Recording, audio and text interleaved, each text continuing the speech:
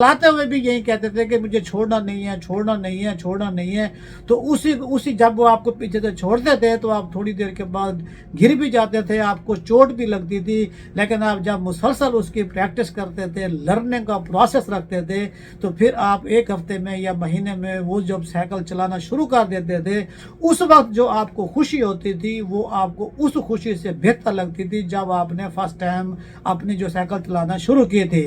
इसी तरह जब आप अपने मुल्क पाकिस्तान में या किसी भी कंट्री में बैठे और जब आप अपने कंट्री से मूव करके दूसरी कंट्री में जाते हैं तो वहाँ पर जाकर आपको बहुत सारी अस्सलाम वालेकुम, मैं हूं साउथ कोरिया से अब्बास हुसैन और आप देख रहे हैं मेरा यूट्यूब चैनल कोरिया पाक इन्फो। प्यारे दोस्तों, आज की मेरी वीडियो पाकिस्तान से जो लोग ई-9 वर्क वीज़े पर आते हैं और जो लोग पाकिस्तान से ये जहन बना कर आते हैं कि हम जैसे पाकिस्तान से निकल कर कोरिया जाएंगे तो वहाँ हम जाकर ऐसे बैंक में लग जाएंगे या हमें जाकर ऐसे काम मिलेंगे कि जो हम यही समझते हैं कि पाकिस्तान में हम मुश्किल में हैं और कोरिया में हम जाकर आसानी में आ जाएंगे, इस टॉपिक के ऊपर है। मेरे दोस्तों, आपको इस चीज़ का अंदाज़ा और इल्म होना चाहिए कि इस वक्त पाकिस्तान से तकरीबन 80 से 90 लाख के करीब ऐसे लोग हैं जो पाकिस्तान छोड़कर दूसरे कंट्रीज़ में गए हुए हैं जो अपने बेहतर रिज़्क़ की खातिर, और उनमें से ज़्यादातर वो लोग हैं इस कंट्री में सऊदी अरब और दुबई वाली साइड पर ज़्यादा हैं,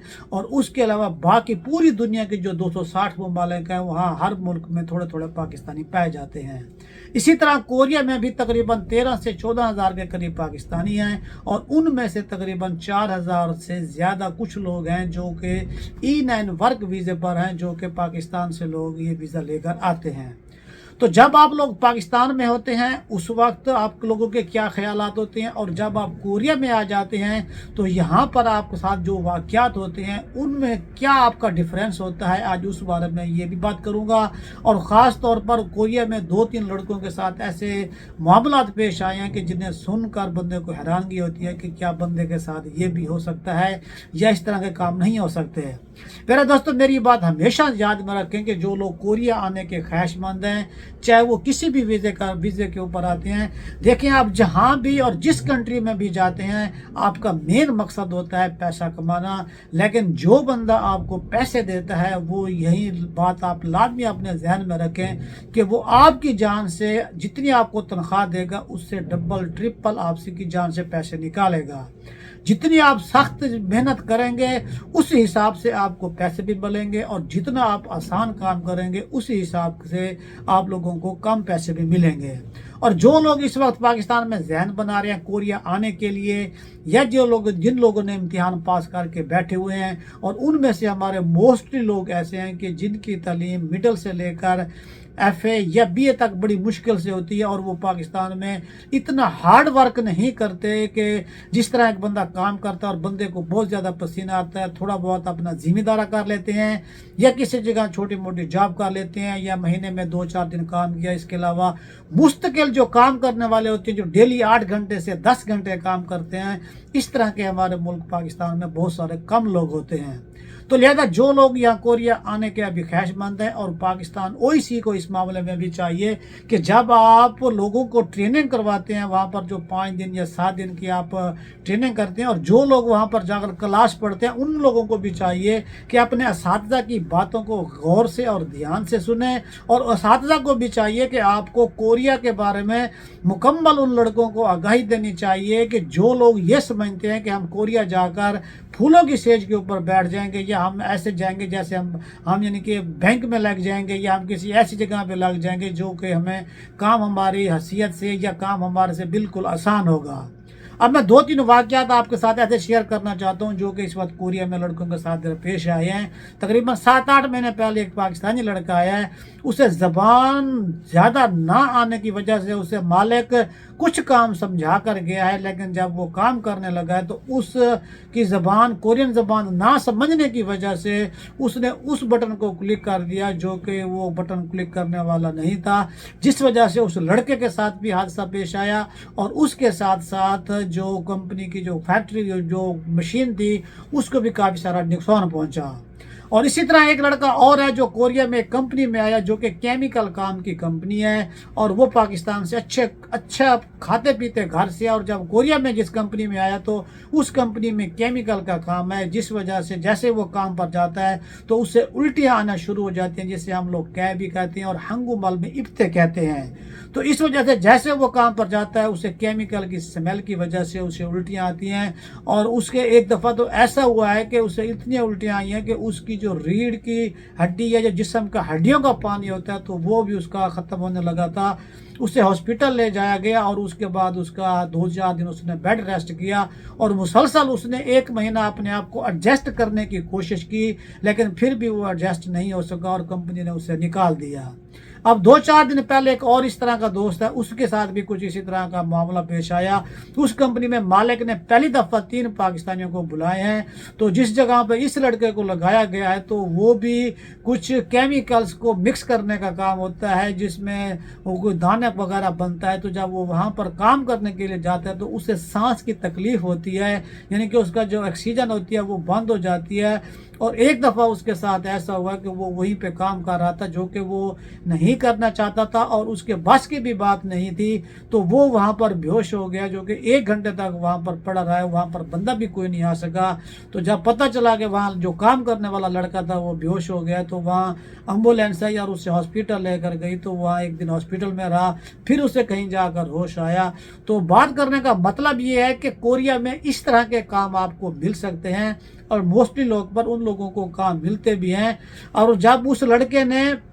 اپنے مالک سے یہ بات کی کہ میں اس جگہ کام نہیں کر سکتا، میری طبیعت خراب ہوتی ہے، مجھے اس آکسیجن کی وجہ سے پرابلم بنتی ہے، تو مالک نے کہا کہ ہماری جو نوجوان نسل ہے، یا جو ہمارے کوریا میں لوگوں کا ایجوکیشن کا ریٹ ہے وہ 98% سے اوپر ہے، تو ہمارے جو اپنے کنٹریز کے لوگ ہیں وہ یہ کام کرنا زیادہ پسند نہیں کرتے کمپنیوں میں، تو ہم لوگ آپ فارنر کو اس لیے کوریا میں بلاتے ہیں تاکہ آپ کو جیسا بھی کام دیا جائے تو آپ لوگ کر لیتے ہیں۔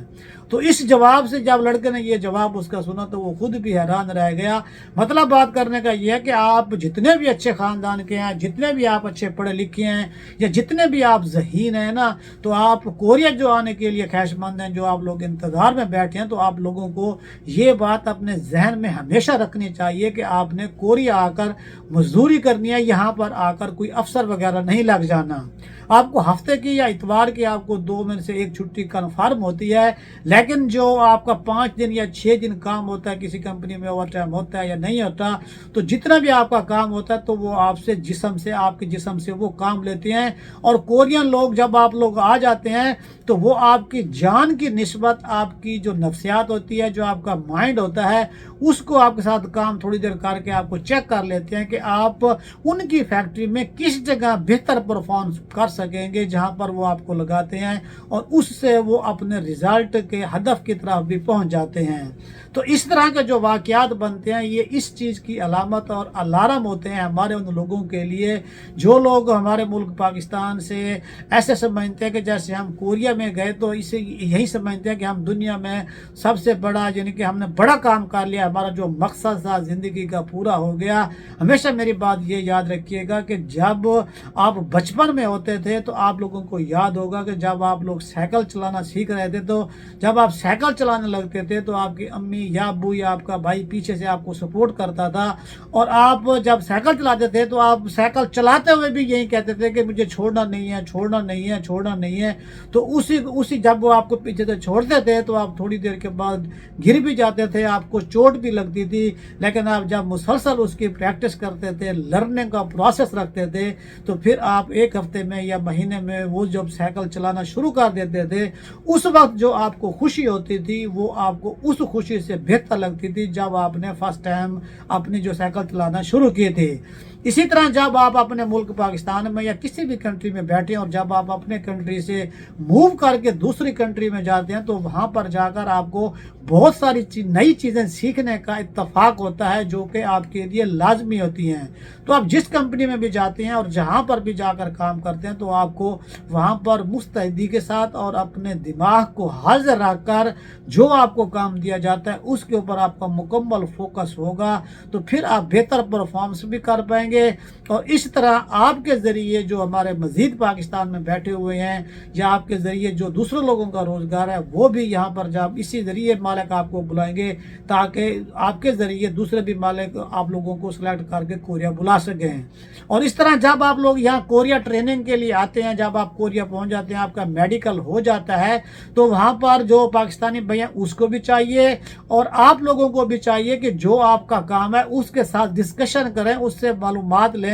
कि ये जो हमारा काम है इसमें हमें क्या करना चाहिए। और जब आपको यहाँ पर सेफ्टी रूल वगैरह सिखाए और समझाए जाते हैं तो उनको भी आपको फॉलो करना चाहिए, क्योंकि ये जो जिस्म है ये आपकी अपनी मलकियत होती है। जितनी आप इसकी सेफ्टी करेंगे और जितना अपने काम के मुतालिक समझने की कोशिश करेंगे तो उससे ज़्यादा से सबसे ज़्यादा आपको और आपकी जान को फ़ायदा होगा। दुआओं में याद रखिएगा। एक नई वीडियो के साथ फिर मुलाकात होगी। अस्सलाम वालेकुम।